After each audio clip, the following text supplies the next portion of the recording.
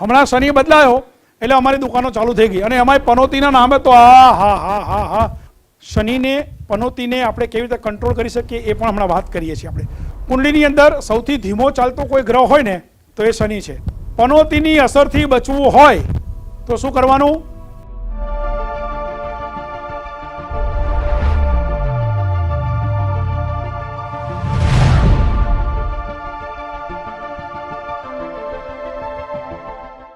મારું નામ ઉર્વેશ દવે છે અને હું પૂજા પાઠ કરાવું છું. હાજી.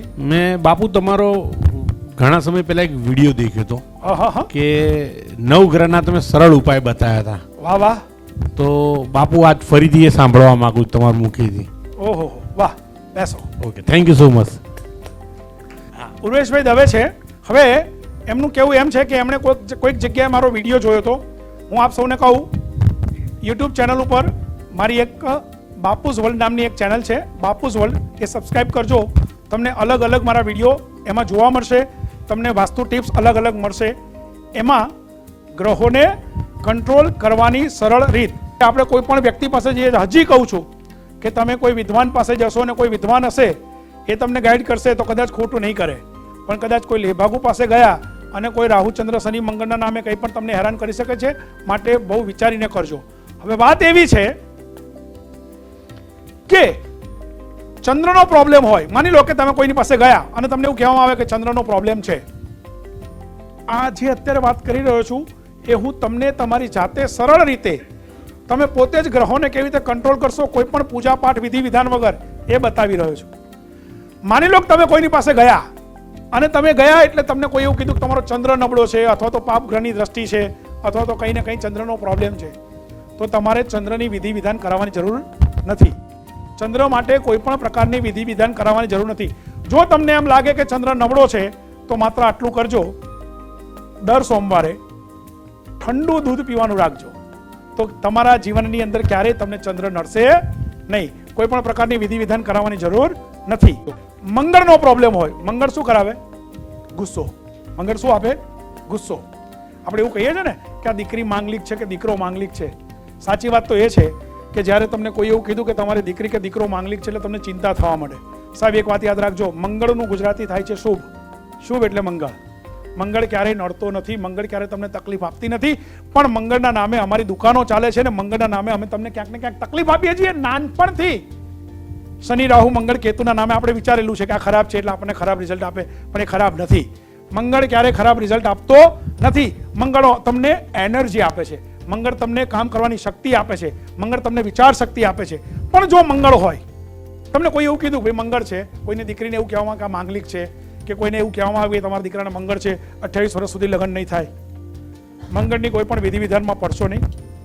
માત્ર જે દીકરા કે દીકરીને મંગળનો પ્રોબ્લેમ છે એ લોકોએ આખા દિવસમાં, ખાલી સવારે ને સાંજે નહીં, આખા દિવસમાં 5 થી 6 વખત આંખોમાં પાણી છાંટશે ને એટલે એનો મંગળ કંટ્રોલ થઈ જશે.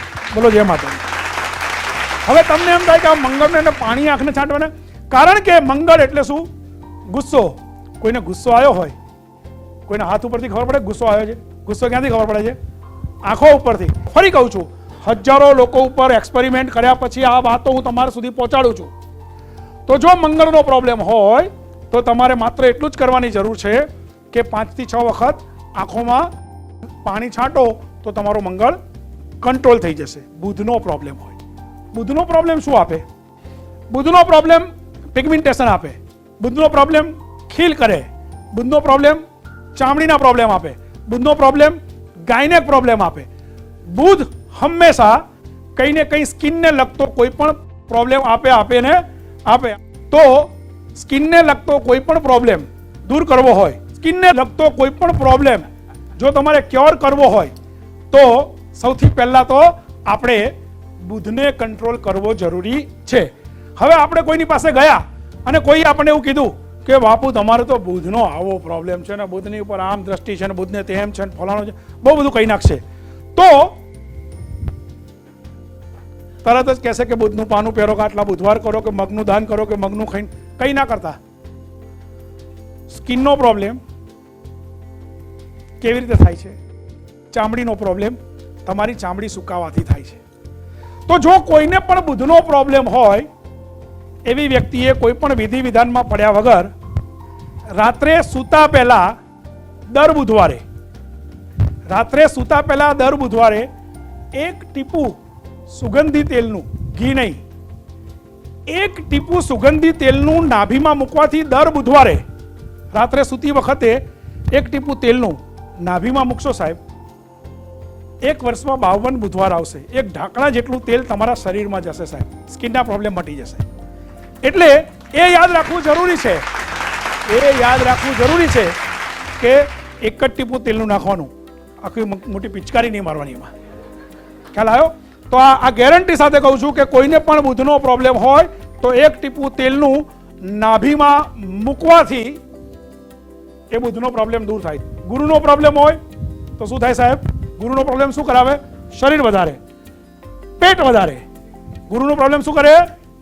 પેટ વધારે. ગુરુને કંટ્રોલ કરવા માટે દરરોજ સવારે વહેલા ઉઠી એક ગ્લાસ ગરમ પાણી બેસીને પીવાથી ગુરુ કંટ્રોલ થઈ જશે. ગુરુનો ખર્ચો ના કરતા, કંટ્રોલ છે, ગુરુ થઈ જશે. પણ હા, તમે ગુરુનો નંગ લેવા જશો તો કદાચ તમને કોઈક ખોટો નંગ પણ આપી દે અને ખોટો ખર્ચો કરાવે, તો ન કરશો. તો શુક્રનો પ્રોબ્લેમ હોય એવી વ્યક્તિને ફેમિલીમાં ડિસ્ટર્બન્સ આવે, એની મેરેજ લાઈફ એ સારી રીતે એન્જોય ન કરી શકે. તો શુક્રના પ્રોબ્લેમ માટે શું કરવાનું?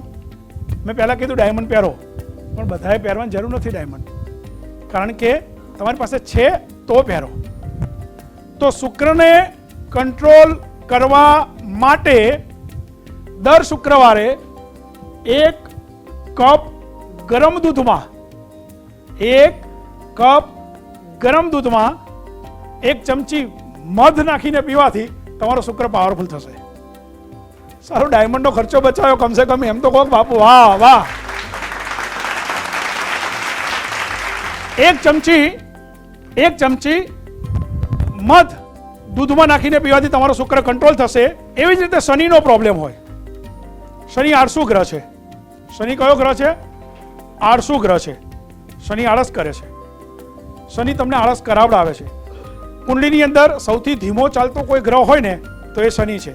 અને જ્યારે પણ શનિ બદલાય, હમણાં શનિ બદલાયો ત્યારે અમારી દુકાનો ચાલુ થઈ ગઈ.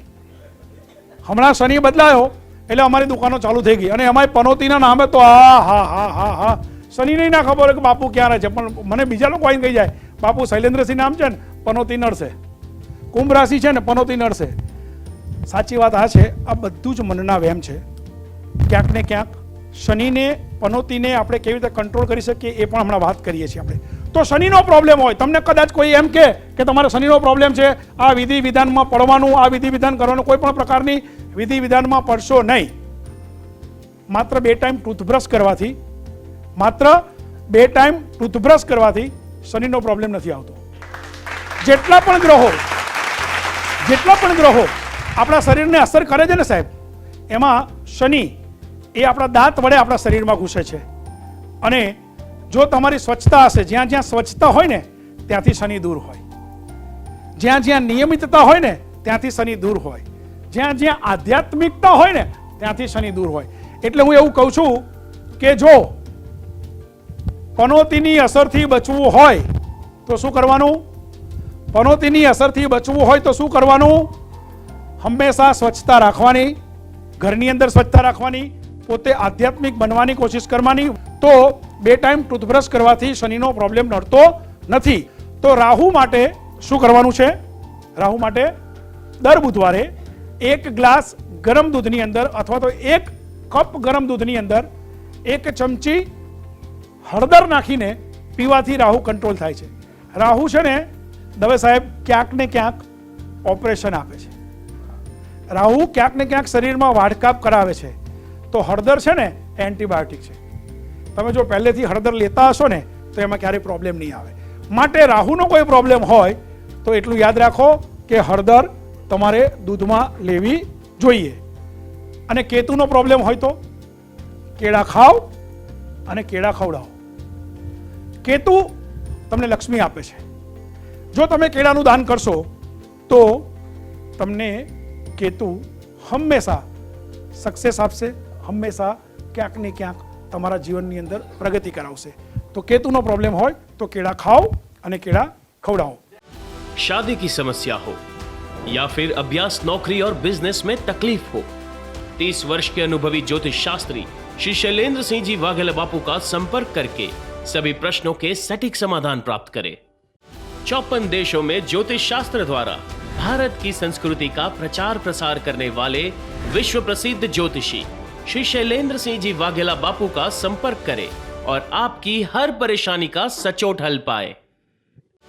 मेहनत का फल पाने में ग्रह और कुंडली बहुत महत्वपूर्ण भूमिका निभाते हैं. इसीलिए 30 साल के अनुभवी ज्योतिषी श्री शैलेंद्र सिंह जी वाघेला बापू का संपर्क करके सच्चा मार्गदर्शन प्राप्त करें. क्या ग्रहों के अशुभ प्रभाव से परेशान हैं? तो अब पूजा विधि के खर्च किए बिना ही सचोट समाधान पाए. आज ही विश्व प्रसिद्ध ज्योतिषी श्री शैलेंद्र सिंह जी वाघेला बापू का संपर्क करें. बापू कहते हैं, ना पूजा ना विधि, ना मंत्र ना तंत्र, ना सौरव ना स्ट्रेस, ना नड़तर ना जड़तर. You can solve all your problems by yourself. विश्व प्रसिद्ध एस्ट्रोलॉजर श्री शैलेंद्र सिंह जी वाघेला बापू का आज ही संपर्क करें.